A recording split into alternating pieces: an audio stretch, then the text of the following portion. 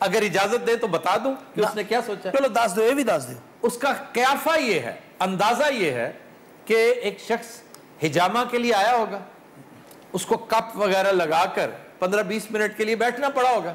اس دوران اس نے کہا ہوگا تمہارے بال بہت بڑھ گئے ہیں, میں کاٹ دیتا ہوں. تو اس نے بال بھی تراش دیے. تو دیکھنے والے نے کہا کہ حجامت اس کو کہتے ہیں. سر یہ تین بندے میں ملن گے کتنے؟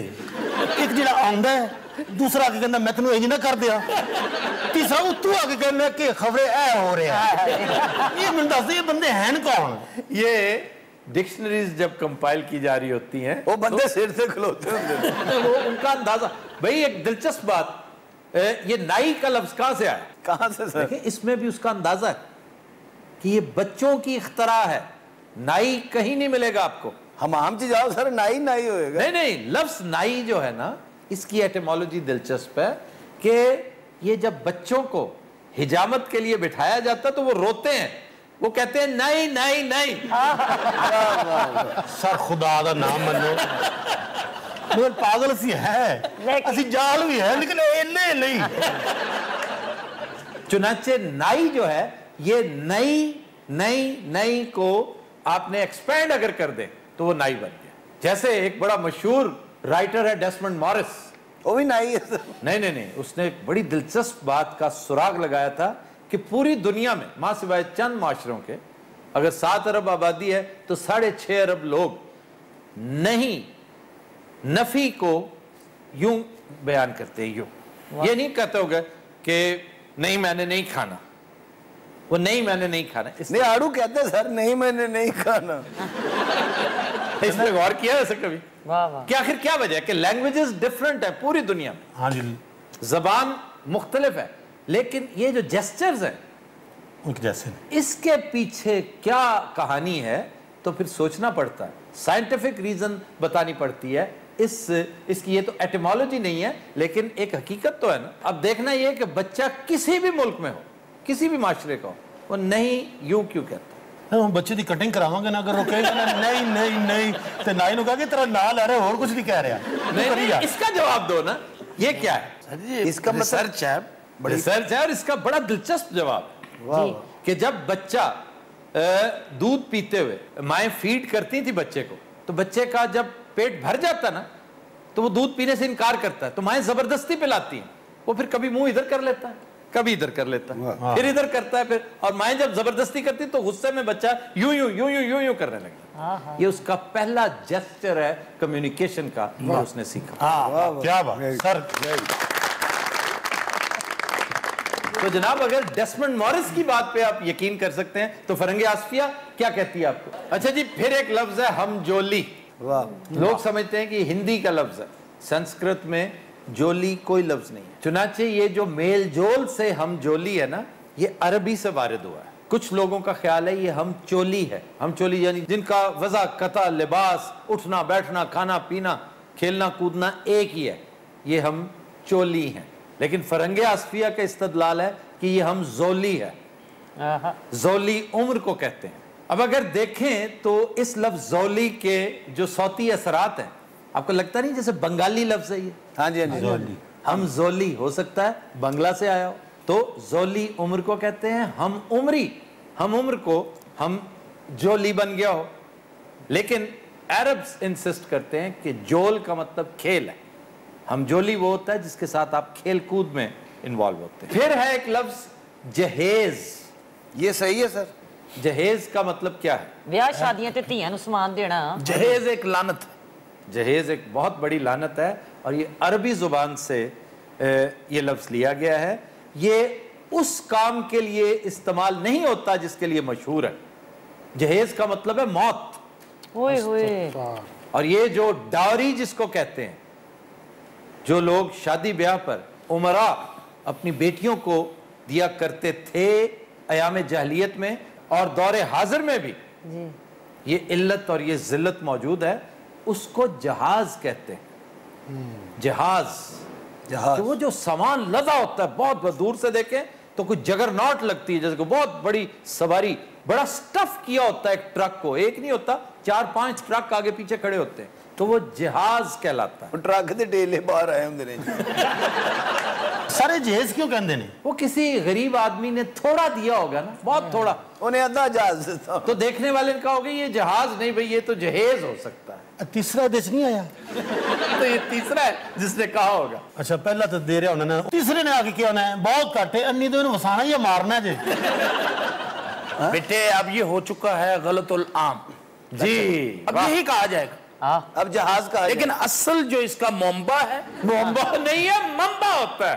اچھا منبع جو ہے وہ جہاز ہے.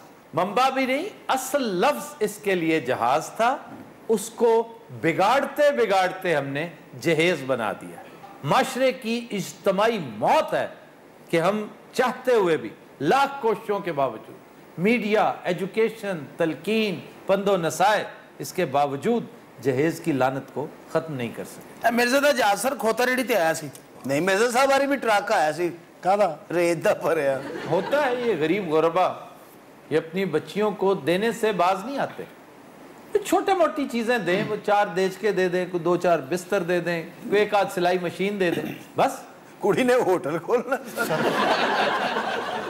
سر یہ جہیز کی روایت بہت پرانی ہے, بہت قدیم, جس طرح اور بہت سی بدیاں بہت قدیم ہیں لیکن معاشرے میں سرایت کر چکی ہیں. جیسے غیبت ہے, اگر آپ دیکھیں تو آپ کے معاشرے میں ایک کینسر کے طور پہ پھیلتی جا رہی. آپ آزمائشی طور پہ 5 بندے 4 بندے کہیں بیٹھ جائیں, آپ کسی ایسے بھائی کا تذکرہ شروع کر دیں گے جو وہاں پہ نہیں ہے. تو یہ خاموش زہر ہے جو معاشرے کے اندر پھیلتا چلا گیا اور آپ اس کا کچھ نہیں بگاڑ پا رہے. سر ماحول سیریس ہو گیا, کوئی اچھا یا شعر سناؤ. اچھا شعر, پرانا شعر ہوگا, وہ پتہ تھی سن ناصرہ زبیری کا شعر. واہ واہ. وہ کہتی ہیں یہ تیری جدائی کی یادگار ہے ورنہ, واہ واہ واہ. یہ تیری جدائی کی یادگار ہے ورنہ, ایک زخم بھرنے میں دیر کتنی لگتی ہے.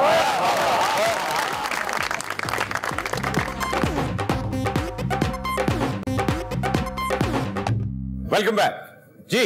خبر ہے کہ شیخو پورہ پولیس نے گھر پر چھاپا مار کر منشیات فروش ماں بیٹی کو گرفتار کر لیا. سر پولیس کے تعاون کے بغیر یہ کام ممکن ہی نہیں, لیکن پھر بھی چھاپے پڑ جاتے ہیں. یہ چھاپے پتہ کیوں پڑتے ہیں؟ جب ان کے لین دین میں کوئی پرابلم آتا ہے نا, کیونکہ زبان کے یہ بڑے پکے ہوتے ہیں, جتنا بے ایمان ہوگا اس کی زبان اتنی پکی ہوگی. اس لیے کہ کرائم میں یہ کہتے ہیں کہ جو چیز میٹر کرتی ہے وہ آپ کی کمٹمنٹ ہے.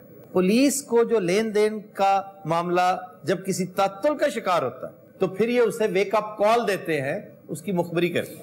اور پولیس کا یہ ایک مستقل ذریعہ آمدن ہے یہ جو ڈرگز ہے. یہ تو شکر الحمدللہ کہ میڈیا میں شور بہت مچا, ورنہ ایون ٹیررسٹ جو ہے نا وہ بہت بڑے کلائنٹ ہماری پولیس کے تھے. اجازت ہو تو تھانہ کھول لیے جی. کیا تم نے تھانہ کھولنا ہے, پوری پولیس تم جیسی ہے, تمہیں دیکھ کے لگتا ہے ہماری پولیس ہے یہ. میں کہنا پورے پاکستان کو بیسٹ تھانا تے اے تھانا جے. تے جے کو بیسٹ افسر ہے تو نہیں ہوئے. ہاں جی.